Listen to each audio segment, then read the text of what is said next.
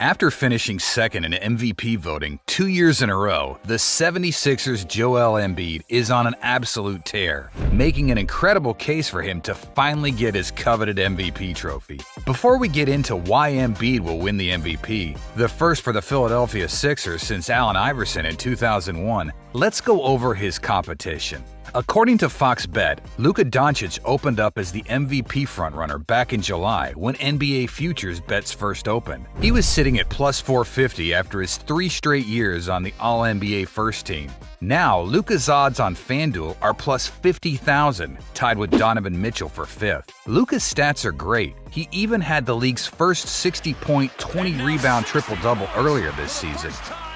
But his team is hovering around 500, good for only 9th in the tight Western Conference playoff race.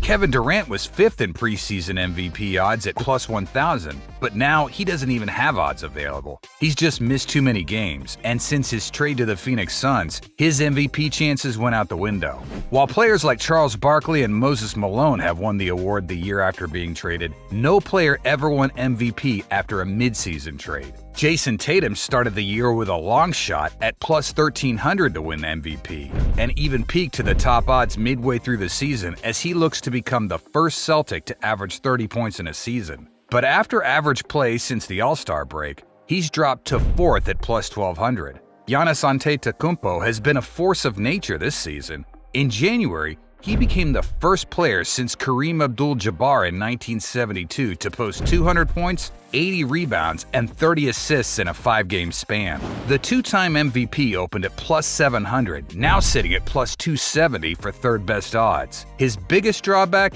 He's only played 57 of his team's 72 games this year, fewest among the top 3 MVP candidates. Nikola Jokic, the reigning 2-time MVP, opened at plus 900, the third-best odds. Voter fatigue often plays a part in 2-time MVPs. Just look at the time Michael Jordan lost to Charles Barkley in 1993. But for a good chunk of the season, he was still the favorite. But ever since the All-Star break, Joel Embiid has proven that the award is now his to lose. Joel started this season at plus 500, and after 2/3 of a season hovering around second or third best odds, he's leapfrogged his competition to become a heavy minus 150 favorite. Giannis' stats have dipped since the break, going from 32-12 before to 28-11 after. While that's only a slight drop in production, this is the time of year voters pay the most attention to. It's when playoff seeding is on the line and every single game matters. Giannis has only had one remarkable game since the break in February, a 46-point outing against the Kings. When your only great game in the season's most important stretch is against the NBA's worst defense, that doesn't look good to voters. Like Giannis, Jokic's season dropped a little bit in this final stretch. While his stats are still mind-blowing, including a 35-point, 20-rebound triple-double, his team has started to slip. Jokic's Nuggets are barely above 500 since the break, including 4 straight losses a few weeks ago. In fact, the aforementioned monster triple-double came in a 2-point loss to the Brooklyn Nets, a team that recently dumped its 2 best players. Embiid, on the other hand, has been playing his best basketball down the stretch. He's averaging 33.5 points, 10.4 rebounds, and 4.4 assists since the All-Star break, all of which are a fraction above his season average. From March 2nd to March 20th, he scored 30 points in 10 straight games. That was the longest stretch in the history of the Sixers, a team that's featured some of the best scorers in the game such as Wilt Chamberlain and Allen Iverson. More importantly, his team has been winning the most when winning matters the most, including an 8-game winning streak. Embiid's Sixers have been 11-4 in the 15 games since the break. They're about 3 games behind the Celtics for the 2nd seed in the Eastern Conference, meaning they'll be playing one of the lowly play-in teams in the first round. So what makes Embiid so special? What makes him an MVP caliber player? Let's break it down. Last season, Embiid became the first player since Shaq in 2000 to lead the league in scoring as a center. He's gone up 3 points per game this year, while jumping from sub 50% shooting last year to 55% this year. He's got post moves that look like Hakeem Olajuwon, which seemed like a lost art 5 years ago. 12 points to retake the lead. Embiid doing work, counted and a foul. He can hit the shot from several different positions in the post, using a series of herky-jerky moves and up fakes to get his best look. When he's not yet settled in the post, he can get to the basket with ease. His ball handling skills rival those of David Robinson. Big men aren't supposed to handle the ball the way he does, and sometimes it seems like his defenders haven't caught on. Whether he's in the post or at the top of the key, he can get to the basket at will. That combination of handles and post moves are probably why he leads the NBA in free throw attempts per game since his breakout 2018-19 season with 10.7.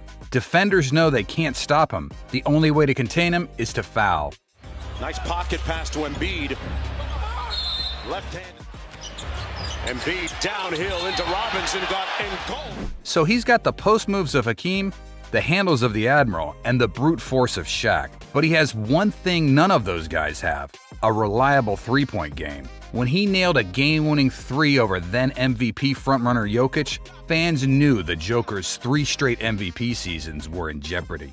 On top of that, his career best marks in assists per game prove that Jokic isn't the only big man who can play floor general. Just check out this snazzy pass from last season.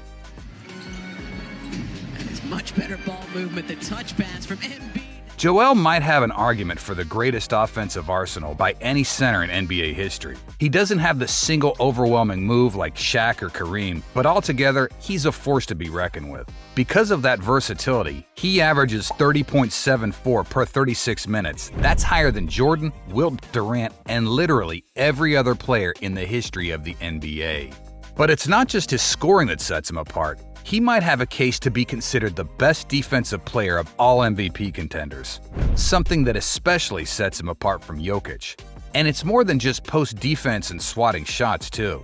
Just like his offensive arsenal, Joel has proven that he's able to defend in any way that his team needs. Here, he's able to stop Jrue Holiday, one of the quickest and peskiest guards in the league. Joel is quick-footed, able to keep in front of the smaller guard until he has to dish it out. When Holiday gets the entry pass inside, Embiid's mere presence, a 7-foot behemoth, leads to a fearful Holiday tossing up a quick miss. His foot speed and defensive instincts are comparable to the NBA's best wing defenders, but his massive size is used as an advantage, both physically and psychologically. It's hard to get a good shot off when you see someone that big barreling down the court towards you. Even though he doesn't get burned a lot, he's always willing to protect the paint when one of his teammates does. He's averaging 1.7 blocks per game, good for 6th in the league. More importantly than every statistic and tangible trait, Embiid's greatest change going into this season was his team-first mentality. After being voted the league's 2nd best player last season, Embiid complained to the media that he doesn't know what else to do to win MVP. Members of the media didn't like this, saying that he cared more about individual accolades than his job